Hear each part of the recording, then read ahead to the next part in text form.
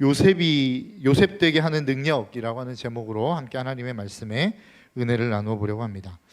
여러분, TV를 보다 보면 동일한 인물이 여러 프로그램에서 자주 등장하는 것을 봅니다. 시간마다 다르고 상황마다 다르고 때마다 다르지만 반드시 한 시대, 한 어떠한 흐름 안에 그러한 사람이 분명히 존재하는 것 같습니다.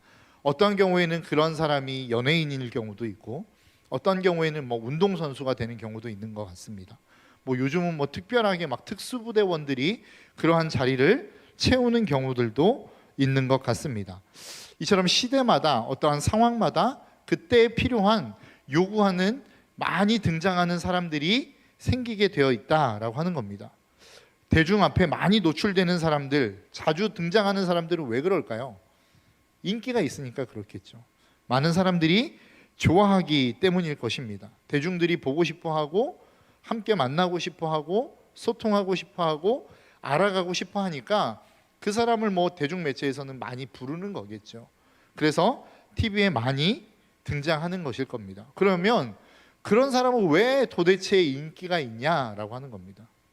여러분, 인기 있는 사람이 왜 인기가 있을까요? 잘생겼으니까? 그럴 수 있습니다. 잘생기고 예쁘면 인기가 있을 수 있죠. 그런데 모든 인기 있는 사람들이 다 잘생기고 예쁜 건 아닌 것 같습니다. 그렇지 않은 사람들 가운데도 정말로 인기 있는 사람들이 있습니다. 왜 그렇죠? 그러한 삶을 꿈꾸기 때문에 그렇습니다. 대부분 연예인들을 보면 그 연예인들이 정말로 인기가 올라갈 때가 언제입니까?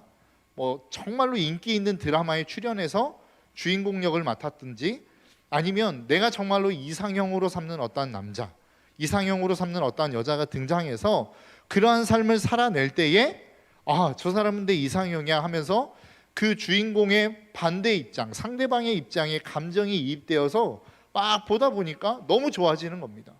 그러면서 그 사람들을 계속 등장하게 되고 많이 노출되게 되는 것이죠. 저는 성경의 인물도 마찬가지라고 생각합니다. 여러분, 성경 그 모든 인물 가운데 성경에 등장하는 인물이 몇 명이나 될까요? 이야기하는 사람마다 좀 다른 것 같습니다. 조사한 사람마다 좀 다르기는 한데, 왜냐하면 동명이인이 있기도 합니다. 마리아라고 하는 인물은 6명, 7명까지 이야기하는 사람도 있고, 또 다르게는 한 사람인데 여러 이름으로 불리는 사람도 있습니다. 예를 들면 베드로, 게바, 시몬, 이 세 이름은 다 똑같은 사람이죠. 그러니까 성경에서 명확하게 몇 사람이 등장한다라고 이야기하기는 참 어려운 것 같습니다. 그런데 조사하는 사람들의 이야기를 들어보니까 대한성서공회 인명사전에는 1888명이 등장한다고 이야기하고 있고, 한국컴퓨터선교회라는 데가 있대요. 여기에서 보니까, 여기 인명사전에 보니까 1897명이 등장한다, 그런 사람도 있고, 개인적인 평신도 연구가인 신오진이라고 하는 사람이 있다고 합니다. 그 사람의 말로는 2197명이 등장한다, 이렇게 이야기하는 사람도 있습니다. 그러니까 최소 1888명부터 시작해서 2197명까지 그 사이 안에서 인물이 등장하는 거 아니겠습니까? 그런데 그 인물 중에서 여러분 몇 명이나 알고 계십니까? 많이 알아봐야 한 100명 정도 우리가 성경의 인물을 알고 있을까요? 그런데 교회 다니는 사람, 신앙생활 해본 사람 가운데 요셉이라고 하는 사람을 모르는 사람은 없는 것 같습니다. 왜 그렇죠? 그만큼 많이 노출이 되었기 때문에 그렇습니다. 설교 시간이 되었든, 아니면 분방 공부 시간이 되었든, 아니면 기독교 서적을 통해서든 요셉이라고 하는 사람은 굉장히 많이 노출이 된 사람입니다. 그럼 왜 요셉이라고 하는 사람이 많이 언급이 됐을까라고 했었을 때, 요셉은 우리가 꿈꾸는 삶을 먼저 살았던 사람이기 때문에 그렇습니다. 우리가 그리스도인으로서 어떠한 삶을 살기를 원하십니까? 믿음 좋은 삶을 살기를 원하겠죠. 거기에 더해서 정말로 성공한 삶을 살고 싶어 하는 게 우리들의 꿈 아니겠습니까? 그런데 요셉이라고 하는 사람은 이 모든 것을 다 이룬 사람입니다. 왜 그렇죠? 제일 처음에 봤을 때 요셉이라고 하는 사람은 자신이 애굽이라고 하는 나라, 그 당시에 당대에 최고의 제국이라고 하는 애굽, 이집트라고 하는 나라에서 평민으로서 올라갈 수 있는 최고의 자리까지 올라간 겁니다. 그러니까 왕족을 제외한 올라갈 수 있는 최고의 자리인 왕 바로 밑에 자리, 총리의 자리에 올라간 인물이 바로 요셉이었습니다. 그러니까 엄청난 권력을 가지고 있었겠죠. 재물도 있었을 겁니다. 수많은 사람이 그 앞에서 굽신굽신했을 겁니다. 그러니까 그러한 힘과 인기와 재력과 수많은 것들을 가진 사람, 오늘날로 이야기하자면 성공한 사람의 표본을 가지고 있는 게 요셉이었습니다. 근데 그것뿐만 아니라 무엇도 가지고 있었습니까? 영적인 탁월함도 가지고 있었습니다. 하나님과 함께 교제하는 사람이었어요. 하나님이 동행하는 사람이었습니다. 그러니까 요셉을 보면 저 사람은 정말로 하나님이 함께하는 사람이다. 하나님이라고 이야기하지는 않아도 저 사람 뒤에는 뭔가 엄청난 힘이 있구나라고 하는 것을 느낄 수 있을 만큼의 영적인 파워를 가지고 살아갔던 사람이 요셉이었다라는 거예요. 그러니까 요셉이라고 하는 사람은 오늘날로 이야기하자면 영성과 지성을 함께 가지고 있는 사람, 실력을 동시에 가지고 있는 사람이 바로 요셉이라고 하는 사람이었다라는 거예요. 그러니까 오늘날 우리가 꿈꾸고 있는 모델, 내가 믿음 생활을 시작하면서 나도 좀 저렇게 살았으면 좋겠다라고 표본을 뽑을 때에 가장 이상적인 삶을 살았던 사람이 바로 요셉이었다라고 하는 겁니다. 그렇기 때문에 우리는 요셉을 굉장히 많이 이야기했고 요셉이라고 하는 사람에 대해서 모르는 사람은 없다라는 것입니다. 그리고 그 사람을 살았던 그 삶을 우리는 대부분 꿈꾸는 삶을 살아가고 있다라는 거죠. 근데 문제는 무엇입니까? 우리가 그 사람을 꿈꾸고 있고 그 삶을 동경하고 있지만 그와 비슷한 삶을 살아가는 사람은 흔치 않더라는 겁니다. 찾아보기 쉽지 않더라라고 하는 것입니다. 왜 그렇습니까? 그가 살았던 결과물을 보고 우리는 그 삶을 꿈꾸고 동경하기 때문에 그렇습니다. 그러니까 앞에서도 여러분들에게 말씀드렸던 것처럼 요셉 하면 떠오르는 단어는 총리입니다. 애굽의 총리, 이집트의 총리, 하나님과 동행하는 삶, 이런 것들을 선택하고 이런 것들을 떠올리지 정말로 형들에게 팔려간 삶, 개고생한 삶 이런 것들을 우리가 쉽게 떠올리지 않더라라고 하는 거예요. 그러니까 과정이라고 하는 것들은 우리가 흔히 잘 생각하지 않고 그 과정을 생각하지는 않지만 그가 이루었던 업적, 그가 삶을 살아왔던 어떤 결과물을 얻고 싶어하는 마음은 우리 가운데 있다라는 것이죠. 그러니까 그 삶을 살아내기는 쉽지 않다라고 하는 것입니다. 그럼 도대체 요셉이라고 하는 사람은 어떠한 과정을 만들어냈느냐라고 하는 것들을 오늘 좀 한번 생각해 보려고 합니다. 요셉이 어떠한 과정의 삶을 살았기에 그의 인생 가운데 그토록 하나님의 놀라운 은혜와 역사가 일어났고 그 삶이 하나님이 함께 하시는 삶을 살 수밖에 없었는가라고 하는 것들을 한번 생각해 보려고 합니다. 앞에서도 우리가 함께 살펴봤던 것처럼 요셉이라고 하는 사람은 대단한 삶을 살았습니다. 그의 인생 속에서는 모든 것이 하나님이 함께 하시는 삶이었고 복된 삶을 살았다는 거예요. 모든 사람이 인정하는 삶을 살았다라는 것입니다. 그가 인정받는 삶을 오늘 본문 4절은 이렇게 이야기합니다. 주인은 요셉이 그 눈에 들어서 그를 신복으로 삼고 집안 일과 재산을 모두 요셉에게 맡겨 관리하게 하였다. 그가 보디발의 집에 갔는데 그 보디발의 주인이 그에게 모든 것을 맡겼다는 거예요. 그리고 돌아보지 않았다라는 겁니다. 그리고 난 다음에 그가 또 어디로 갑니까? 감옥으로 가죠. 그 감옥에서 간수가 그를 이렇게 이야기합니다. 주께서 그와 함께 계시면서 돌보아 주시고 그를 한결같이 사랑하셔서 간수장의 눈에 들게 하셨다. 간수장은 감옥 안에 있는 죄수를 모두 요셉에게 맡기고 감옥 안에서 일어나는 온갖 일을 요셉이 혼자 처리하게 하였다. 그러니까 감옥에 갔는데 그 감옥의 최고의 경영하는 사람이 모든 일들을 요셉에게 다 맡겼다라고 이야기하고 있는 것입니다. 여러분, 이 일들이 어떻게 가능할까요? 성경에서는 하나님이 함께 하셨기 때문이다 라고 이야기하지만 사실 여러분들의 인생도 하나님이 우리와 함께 하시는, 우리가 하나님과 동행하는 인생이라고 생각하지 않습니까? 그런데 왜 우리의 인생 가운데는 이런 일들이 일어나지 않는가라고 했었을 때에 여러분, 우리가 그 요셉의 삶을 좀 한번 생각해 봤으면 좋겠어요. 요셉이 지금 어떠한 신분으로 팔려간 겁니까? 종의 신분, 노예의 신분으로 팔려간 겁니다. 그런데 오늘 성경은 결론적으로 이야기하기를 그가 모든 일들, 재반 사물을 요셉에게 맡겼다라고 이야기해요. 보디발도 그랬고 감옥의 간수장도 그랬습니다. 그런데 여러분 한번 생각해 보시겠습니까? 상식적으로 우리가 아무도 모르는, 한 번도 겪어보지 못한 사람을 종으로 사왔습니다. 그런데 그 사람에게 처음부터 대단한 일, 중요한 일을 맡길 수 있나요? 그렇지 않죠. 일반적인 상식으로 봤을 때 보통 일을 맡길 때에는 가장 낮은 것부터 시작합니다. 아무리 일을 그르쳐도 큰 영향을 받지 않을 하찮은 일부터 시작하는 거라고요. 그 일을 맡겨놓고 이 일을 괜찮게 처리하면 그거보다 조금 더 중요한 일, 그리고 그 일을 잘 처리해내면 더 중요한 일을 차근차근 맡기는 것이 우리가 일을 맡기는 일의 순서라는 겁니다. 그러니까 요셉의 일도 생각해 보면 요셉이 처음부터 가정의 모든 재반 사무를 맡지는 않았을 것이다 라고 하는 겁니다. 가장 선한 일, 가장 낮은 일부터 시작해서 맡길만 하네? 더 중요한 일. 맡길만 하네? 더 중요한 일. 이렇게 맡기니까 괜찮네 라고 하면서 계속해서 조금 더 중요한 일들을 맡겼을 거란 말이죠. 그러니까 요셉의 삶에 있어서는 우리 성경에서는 기록하고 있지 않지만 그 결과만 놓고 봤었을 때는 그의 삶이 어땠다라는 거예요. 어떤 일을 맡기든 어떠한 삶의 자리에 갖다 놓든 그는 동일한 삶, 동일한 태도, 동일한 자세로 그 일들을 감당했다라는 것입니다. 여러분, 우리의 삶을 좀 한번 생각해 볼까요? 우리의 삶에는 그 어떠한 주어지는 일, 맡겨지는 일에 대한 경중이라는 게 있습니다. 중요한 일이 있고 덜 중요한 일이 있습니다. 많은 사람들이 알아주는 일이 있고 나 혼자만 열심히 일을 해도 아무도 알아주지 않는 일들이 있습니다. 내가 이 일을 하면 많은 돈을 벌 수 있는 일이 있고 내가 아무리 죽을 힘을 다해서 일을 해도 많은 돈이 되지 않는 일들이 있다라는 거예요. 그럼 여러분들은 어떤 일에 최선을 다하십니까? 어떤 일에 여러분들의 사력을 다하여 그 일들을 감당하십니까?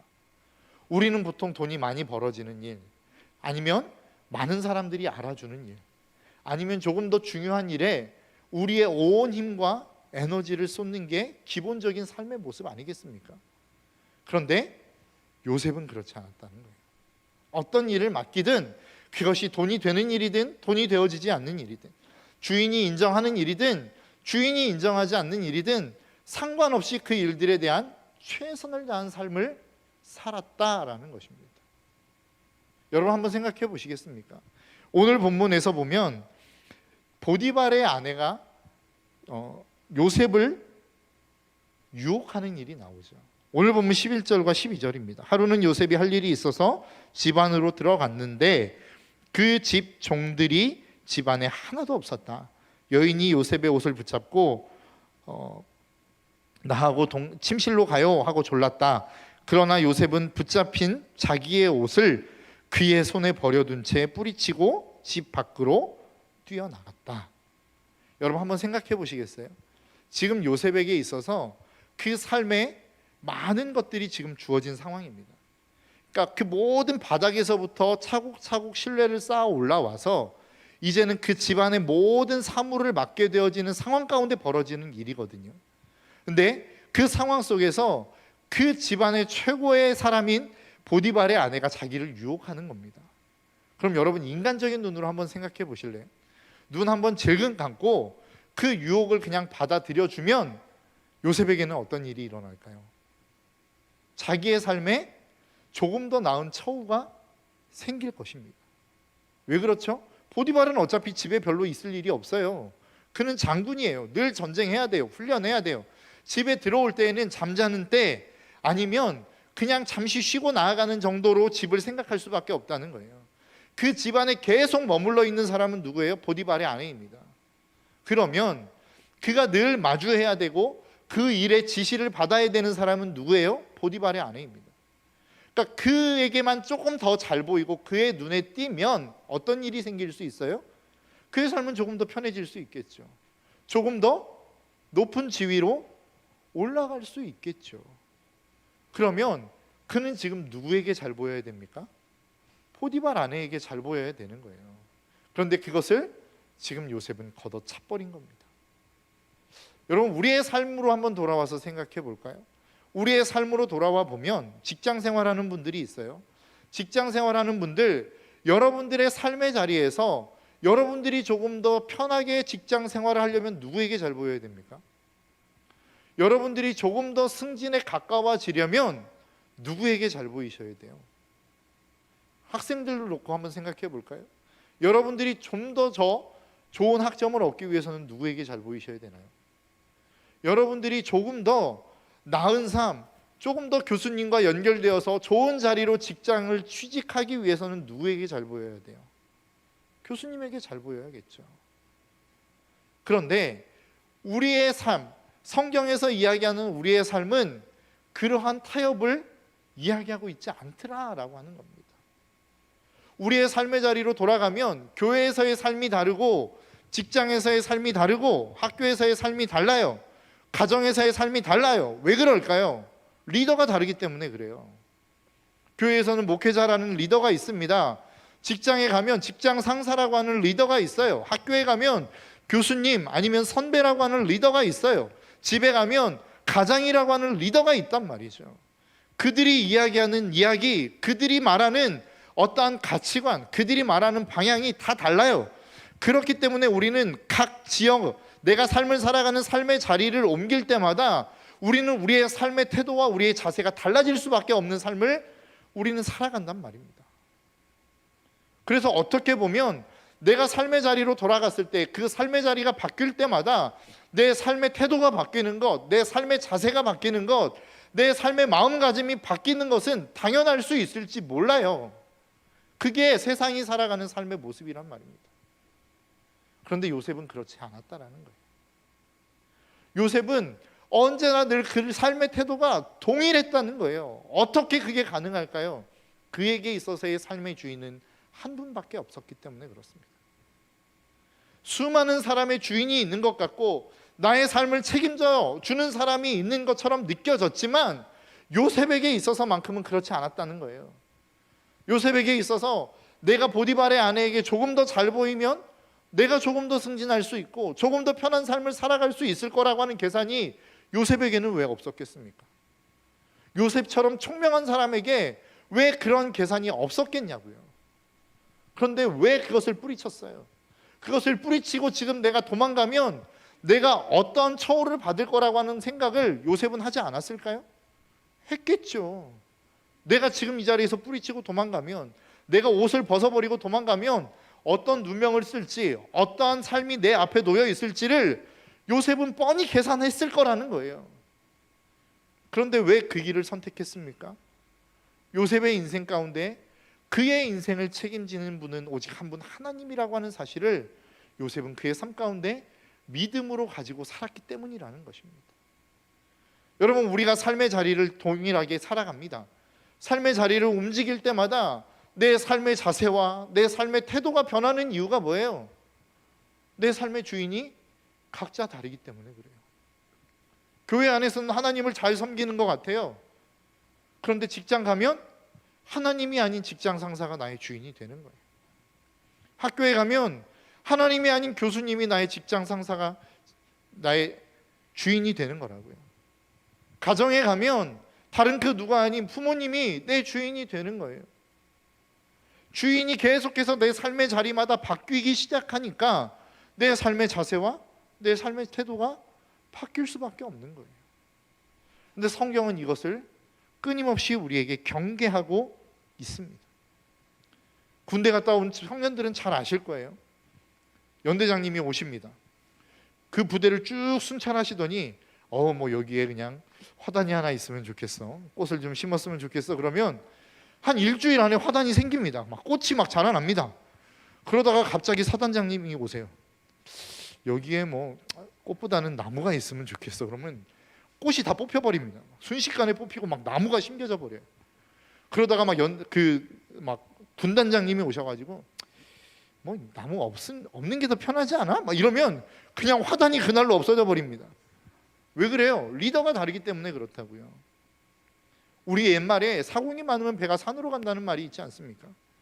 그러니까 주인이 많으면 우리의 삶을 어떻게 살아야 될지, 어떠한 자세로 살아야 될지가 명확해지지 않는 거라고요. 계속해서 뒤바뀌는 거예요. 이 사람 앞에 서면 이렇게 살아가야 될 것 같고 저 사람 앞에 서면 저렇게 살아가야 될 것 같아요. 우리의 인생이 왜 갈팡질팡합니까? 주인이 다르기 때문에 그래요. 하나님을 섬기지 않는 건 아니에요. 하나님을 섬겨요. 그런데 그 하나님의 섬기는 영역, 그 주인된 영역은 어디까지냐면 내 죄를 없애주는 영역까지라고요. 그러니까 죄에 대해서만큼은 우리가 하나님 앞에 나아가요. 그분 앞에 기도해요. 그분 앞에 엎드려요. 그런데 진로도 그러냐? 그렇지 않아요. 내 진로를 책임지는 사람은 내 직장 상사인 것 같아요. 내 학교의 교수님인 것 같아요. 내 돈줄을 잡고 있는 것은 부모님인 것 같아요. 직장 상사인 것 같아요. 그러니까 집에 가면 부모님의 말을 듣는 거예요.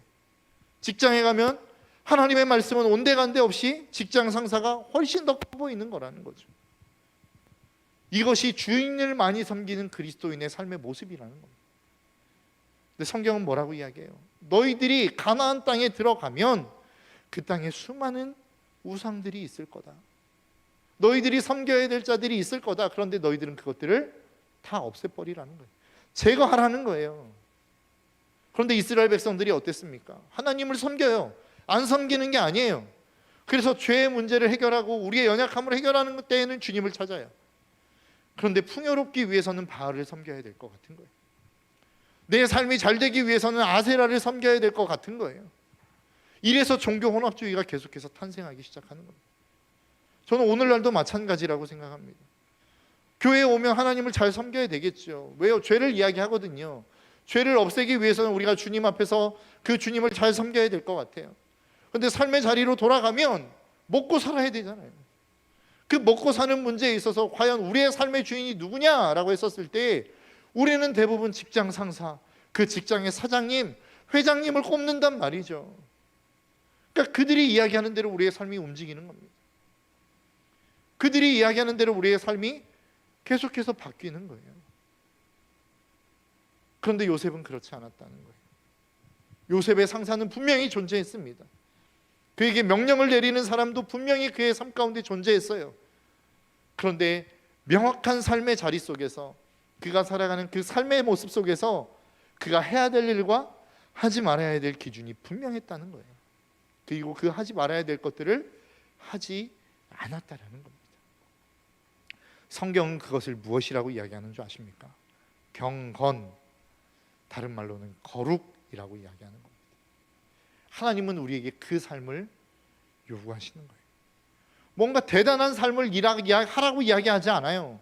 하나님은 우리에게 뭔가 대단한 이벤트를 해서 하나님을 기쁘시게 하고 감동시키라고 이야기하지 않는다고요. 내가 너희에게 준 계명이 있지? 그 계명대로 좀 살아라. 이게 하나님이 우리에게 요구하시는 단 하나의 요구 조건이에요. 하나님이 우리에게 살아가라고 이야기하시는 수많은 이야기들이 있다고 우리는 생각해요. 그래서 복잡하게 생각해요. 그런데 그렇지 않다고요. 하나님이 주신 계명, 그 계명 한 가지 지키고 그 계명 붙들고 살아가라는 거예요. 상황이 어려운데요. 그래도 그 계명 붙들고 살아가라는 거예요.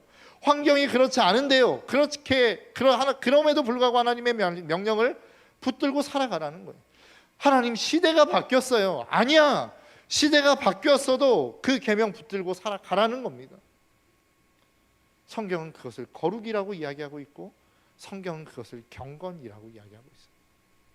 요셉은 그 경건의 삶을 살았고 요셉은 그 거룩의 삶을 살았다라는 사실을 저와 여러분들이 잊지 않으시기를 주님의 이름으로 축복합니다. 믿음의 삶은 그러한 삶인 거예요. 상황에 따라 변하는 삶이 아니라, 조건에 따라서 변하는 삶이 아니라, 내 삶에 누가 서 있느냐에 따라서 변하는 삶이 아니라 여전히 동일한 삶. 예배해야 된다라고 하는 것을 알고 있으면 어떤 상황이 존재한다 할지라도 예배를 놓치지 않는 삶을 사는 거예요. 거짓말하면 안 된다라고 하는 그 사실을 내가 알고 있다고 한다면 어떤 상황이 내 앞에 주어지고 어떤 불이익이 내 앞에 주어진다 할지라도 거짓말하지 않는 삶을 살아가는 거라고요. 다른 사람을 험담하면 안 돼라고 하는 이 이야기가, 이 삶이, 이 개념이 내 안에 들어와 있다면 어떠한 상황이 주어진다 할지라도 그것을 하지 않는 삶을 살아가는 것, 이게 경건이란 말이죠. 요셉은 그랬어요. 여러분, 요셉이라고 해서 하고 싶은 말이 없었겠습니까? 요셉이라고 해서 타협하고 싶은 마음이 없었겠어요? 종으로 살았어요. 수많은 시간 종으로 살았는데 이제 좀 괜찮아지는 것 같아요. 그러면 어떤 생각이 드나요? 이거 잃고 싶지 않은 마음이 있는 거 아니에요? 내가 어떻게 해서 여기까지 올라왔는데 이거 잃고 싶지 않다라는 생각이 있지 않겠어요? 이거 하면, 내가 지금 이거 거부해버리면 내가 지금까지 쌓아온 이 편안한 삶 한순간에 무너질 거라는 것 요셉 알았다고요. 감옥으로 갔어요. 감옥으로 가도 그는 성실하게 살았을 겁니다. 그래서 간수장이 그의 삶 가운데 모든 것을 다 맡겼어요. 그러면 그 모든 삶 가운데 조금이라도 타협하는 마음이 있다면 더 편해지는 삶을 살아갈 수 있지 않았겠어요? 그런데 요셉은 그렇게 하지 않았다는 거예요. 왜요? 그의 삶은 경건했고 그의 삶은 거룩했기 때문에 그렇습니다. 여러분들의 인생 가운데, 여러분들의 삶의 자리 가운데 수많은 여러분들을 향한 믿음의 도전이 올 겁니다. 제가 언젠가도 여러분들에게 말씀드렸죠. 믿음의 도전이라고 하는 것은 뭔가 거창한 도전으로 오지 않아요. 너 편해져. 너 믿음 잠깐 내려놓으면 편해질 수 있어. 너 믿음 잠깐 내려놓으면 그냥 조금 더 편안한 삶을 살 수 있어. 왕따 당하지 않는 삶 살 수 있고 조롱받지 않는 삶 살 수 있어. 이게 세상의 도전이라니까요. 그런데 믿음의 삶은 뭐예요? 거룩이라고요. 내가 알고 있는 대로 그 삶을 살아가는 것. 하나님이 나에게 제시해 준 그 기준을 따라 이 땅을 살아가는 것, 그게 거룩이요, 그게 경건이란 말입니다. 그 경건은 어디에서부터 와요? 내 삶의 주인은 하나님 한 분뿐입니다 라고 하는 이 믿음의 고백을 통해서 오는 거라고요. 죽었다 깨나 우리가 하나님 앞에서 결단하고 이 자리에서 엄청난 눈물을 막 한 바가지 쏟고 간다 할지라도 여러분들의 인생의 주인이 여러시면 여러분 그 결단은 금방 무너집니다.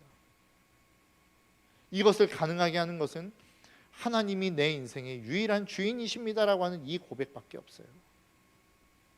여러분 이 고백의 자리로 나아갈 수 있는 저와 여러분들의 삶이 될 수 있기를 주님의 이름으로 축복합니다. 저는 이 고백은 하루아침에 되어지지 않는다고 생각합니다. 그리고 여러분들에게 이 자리에서 말씀드리고 싶은 것은 내가 내 삶의 자세가, 내 삶의 태도가 변했다고 해서 모두가 다 요셉 같은 삶을 살 수 있을 거라고 저는 말씀드리고 싶지 않아요. 여러분들의 삶의 태도가 변하면 여러분들은 요셉처럼 성공할 것입니다. 높은 자리로 올라갈 것입니다. 그렇게 될 것입니다라고 저는 이야기하고 싶지 않아요. 왜냐하면 하나님이 각자 부르신 부르심의 자리가 다르기 때문에 그렇습니다. 여러분들에게 맡기신 사명이 다르기 때문에 그렇습니다. 그러나 한 가지 제가 여러분들에게 확신 있게 이야기할 수 있는 것은 이 삶의 태도가 바뀌면, 이 삶의 자세가 바뀌면, 하나님을 나의 주인으로 모시는 이 삶이 가능해지면 여러분 삶 가운데 끊임없이 여러분들을 괴롭혔던 이유 없는 두려움, 이유 없는 허전함, 이유 없는 그 괴로움들은 사라질 것이라는 거죠. 왜요? 하나님이 내 주인이니까. 하나님이 나의 삶을 책임지시니까. 우리의 인생에 이유 없는 두려움으로 우리는 늘 고통받습니다.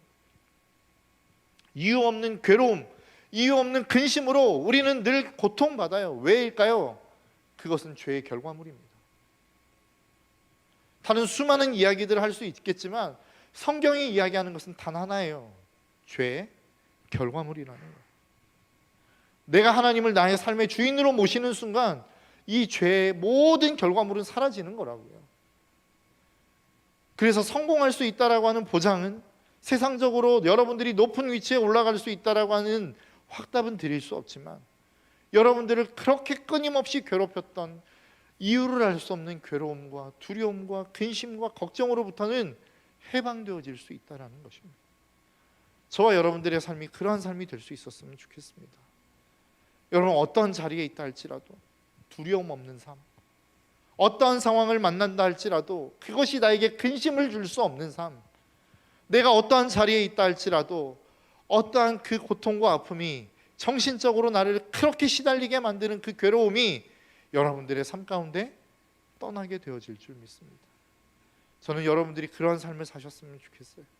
수많은 것들을 움켜 안았는데 삶이 행복하지 않아요. 수많은 것들을 가졌는데 삶이 고통스러워요. 이유 없는 두려움이 여러분들을 괴롭혀요.